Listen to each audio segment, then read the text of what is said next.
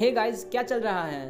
तो आपकी बोरिंग हो रखी ज़िंदगी को, अच्छा जी, आपकी ज़िंदगी बोर नहीं है, मस्त चल रही है, तो आपकी मस्त चल रही ज़िंदगी को और मस्त बनाने के लिए और जो बोर फील कर रहे हैं, क्योंकि हर कोई की लाइफ सेम नहीं होती, तो जो बोर फील कर रहे हैं उनकी बोरिंगियत को दूर करेगा मेरा ये वीडियो। क्योंकि भूत प्रेतों की कहानियाँ सुनना किसको पसंद नहीं है। हाँ, डरावनी होती है, रातों में अकेले डर लगता है, पर फिर भी यार सुनने में मज़ा आता है। बोलो बोलो। तो कुछ इंटरेस्टिंग हॉरर भूत प्रेतों की लोक कथाओं के बारे में मैं आपको बताऊंगा, जो कुछ सच्ची घटनाओं पर आधारित प्लस लोक कथाओं पर आधारित होगी। सो लेट हंट दी हॉरर।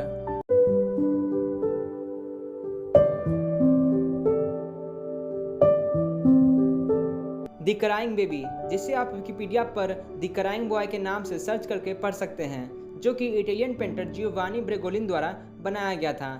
1979 के समय में इंग्लैंड में बहुत से लोगों के घर और कारोबार जलकर नष्ट हो जाते थे, और इन सभी घटनाओं में एक समान चीज़ थी, जो थी द क्राइंग बॉय की तस्वीर। दरअसल कहीं पर भी आग लगने के बाद जब सब कुछ नष्ट हो जाता, तो सिर्फ बस रोते हुए बच्चे की तस्वीर रहस्यमय तरीके से बच जाती। कुछ समय बाद इस तस्वीर को रहस्यमय मान लिया गया कहा जाता है। इस तस्वीर पर अर्बन लेजेंड का श्राप है, और ऐसे बहुत से रोते हुए बच्चों की तस्वीर जो लड़के हैं और लड़की मौजूद है वहाँ पर, जो कि इन्हीं पेंटर द्वारा बनाया गया था। टियानक, फिलीपींस लोक कथाओं के अनुसार टियानक ऐसे प्राणी हैं जो छोटे बच्चों के रूप में होते हैं और रात के समय में घने जंगलों में रोने की आवाज़ निकालकर लोगों को अपनी तरफ आकर्षित करते हैं। लोग जब उसकी तरफ जाते हैं और उसकी मदद करने की कोशिश करते हैं, तब वह अपने असली रूप में आता है और उस इंसान को मार डालता है। टोमिनोज हेल, जापान की टोमिनोज हेल को एक श्रापित कविता माना जाता है, जिसे 1919 में साइजो यासो द्वारा अपनी कविता साकिन के 27वें संकलन में लिखा गया था। लेकिन यह 1998 में प्रसिद्ध हुआ जब जकोई यामोटा ने इसे the heart is like a rolling stone नाम की किताब में लिखा। यह कविता टोमिनो नामक व्यक्ति की है, जो मरकर नरक में चला जाता है। माना जाता है कि इस कविता को मन ही में पढ़ना चाहिए, क्योंकि इसे जोर से पढ़ने वाले की मृत्यु हो जाती है या उसके साथ कुछ बुरा होने लगता है। तो गाइस, पागल मत बन जाना और नेट पर निकाल के टोमिनोज हेल कविता मत पढ़ने लग जाना। और वैसे भी आप लोग कैसे पढ़ सकते हो, क्या पता कविता जापानीज़ लैंग्वेज में हो या इंग्लिश में भी हो, मुझे नहीं पता, मैंने चेक नहीं किया और मुझे करना भी नहीं है, और आप लोग भी मत करना। Fairmont Banff Spring hotel, room number 873। Canada में मौजूद फेरीमोंट बैंफ स्प्रिंग होटल का कमरा नंबर 873 एक रहस्यमय कमरा है, जिसे कि भूतिया माना जाता है। माना जाता है कि किसी समय में यहाँ एक परिवार इस कमरे में रहने के लिए आया था, लेकिन पति ने अपनी पत्नी और बेटी की हत्या कर दी उस कमरे में। इसके कुछ समय बाद जब किसी ने भी यहाँ कमरा लिया, तो उस कमरे में रहने वाले लोगों ने यहाँ रात में अजीबोगरीब आवाज़ और छोटी लड़की के दिखाई देने की शिकायत की। ऐसे बहुत सी शिकायत आने के बाद होटल के इस कमरे 873 के दरवाजे को चुनवा दिया गया हमेशा के लिए और बंद कर दिया गया।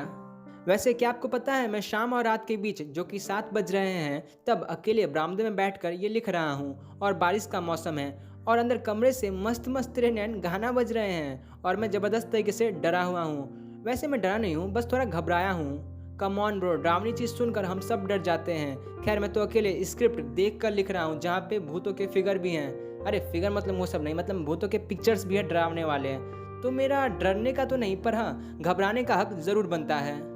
खैर, उन सब बातों पे हम लोग बाद में बात करेंगे। Monkey man Delhi. Monkey man Delhi का एक रहस्यमय स्लैश काल्पनिक दानव है, जिसे 2001 में देखे जाने का दावा किया जाता था। दावों के अनुसार यह सिर्फ रात में निकलता था और लोगों पर हमला करता था। देखने वाले लोगों का कहना था कि ये 4 फुट लंबा शरीर, बालों से ढका हुआ, धातु से बने पंजे और हेलमेट, लाल चमकीली आंखें और छाती पर 3 बटन थे। 3 बटन थे? हाँ, 3 बटन थे। क्या यार, ये कंबल और क्या आता चलता यार, 3 बटन लगा के क्या कर रहा था? खैर, आगे सुनो। इस रहस्यमय दानव ने दिल्ली में बहुत से लोगों पर हमला किया था, जिसमें से 2 लोगों की जान गई थी, लेकिन इसे कभी पकड़ा नहीं गया और इसकी चर्चा भी रहस्यमय तरीके से बंद हो गई। पुलिस वालों का कहना था कि ये क्रिएचर 4-6 हाइट का था और एक डार्क हेयर वाला कोट पहनता था, पर आई विटनेस कहते हैं कि वे 5-6 हाइट के थे, जो काला कोट, एक हेलमेट, नुकीले पंजे वाले हाथ और चमकीले लाल आंख भी थी उनके पास। पता है, ये मॉन्की मैन सुनकर मुझे जैक द रिपर का याद आ रहा है, जो ब्रिटिश में था। वहाँ पर भी लोगों पर हमले होते हैं और लोग उसकी हुलिये की जिक्र करते हैं। हाँ, वो बात अलग है, मॉन्की मैन से जैक द रिपर का हुलिया मेल नहीं खाता, पर केस वही था जिसे आज तक कोई नहीं ढूंढ सका, जो कि एक सीरियल किलर था। हाँ, समझाने के लिए थ्योरीज दी जाती हैं। थ्योरीज ये बताती है कि लोग मास हिस्टीरिया के शिकार हुए थे, जिसमें लोग गलतफहमी के शिकार हुए थे। कोई जैक द रिपर नहीं था। फेम पाने के लिए लोग रात में खुद को नुकसान पहुंचाते हैं। खैर, क्या सही है क्या गलत, काश हम जान पाते हैं। तो बस यार, वीडियो छोटी है, आगे के पार्ट्स ज़रूर आएंगे। छोटी इसीलिए है क्योंकि मेरा एग्ज़ाम है। मैं डरा हुआ नहीं हूँ, घबराया हुआ हूँ एग्ज़ाम को लेकर। सो गाइज, वीडियो को करते हैं यहीं पे एंड। इसके पार्ट 2 में मिलेंगे। Hope you guys love it and enjoy it a lot. Thanks for watching.